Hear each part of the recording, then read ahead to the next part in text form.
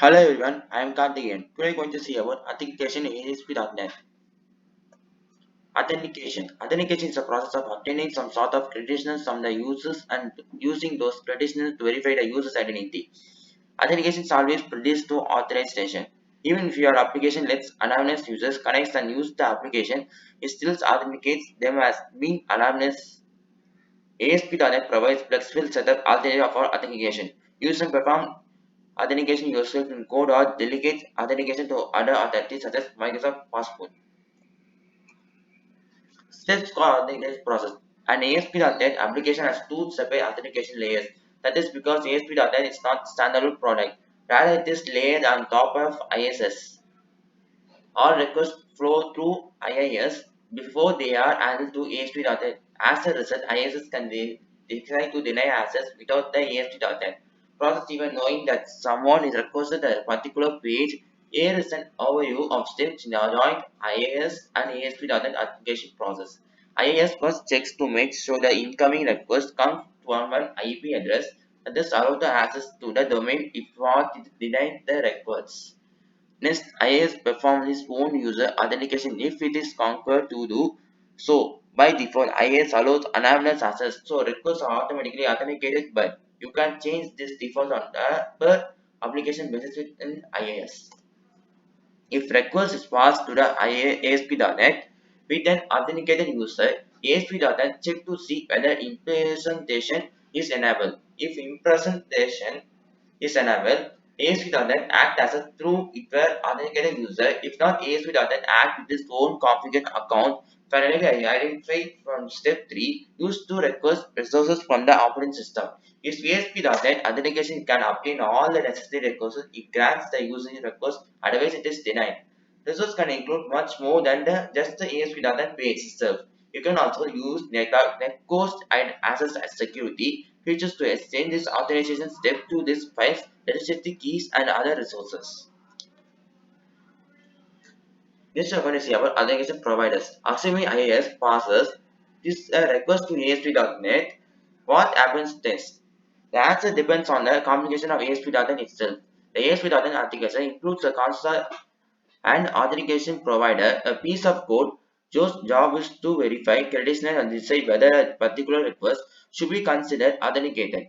Out of the box, ASP.NET gives you a choice of three different authentication providers. There are three authentication providers are there.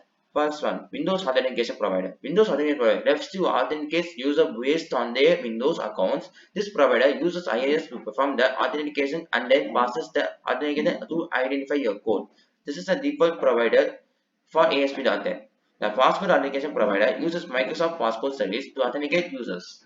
The Form Authentication Provider uses custom HTML forms to collect authentication information let you use to own logic to authenticate users.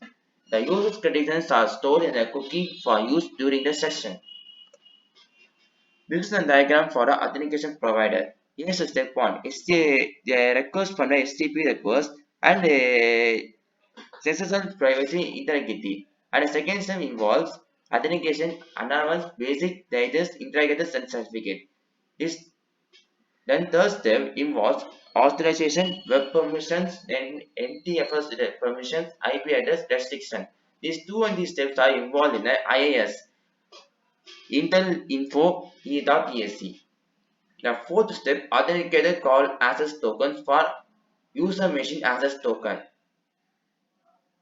Then the fifth step involves in the ASP.NET Core, ASP.NET.wp.exe. Fifth step requires authentication Windows Form Passport none. Sixth one requires authorization file authors, fuel authors, .NET roles. Then the sound step requires local or remote resource. Next we are going to see about Windows authentication. If you are select Windows authentication for your ASP.NET application, you can also have to configure authentication with the ISS. This is because ISS provides Windows authentication to ISS gives you a choice of 4 different authentication methods. First one, anonymous, basic, digest, Windows interrogated. Next, we are going to see about passport authentication. Passport authentication lets you use the Microsoft Passport service to authenticate users to your of your application. If your users have to sign up with a passport and to configure the authentication mode of an application to the passport authentication, all authentication duties are offload to the passport servers. Passport users are encrypted cookie mechanism to indicate authenticated users. If users are already signed into passport, when they visit their site, they will be considered authenticated by ASP.NET. Otherwise, they will redirect to the passport servers to log in. When they are successfully logged in, they will redirect back to your site. Next, we are going to say about form authentication. Form authentication provides you a way of to handle the authentication using your own custom logic with an ASP.NET application. The following applies if you choose a form authentication. When a user requests from a page for application, ASP.NET checks the presence of a special section cookie.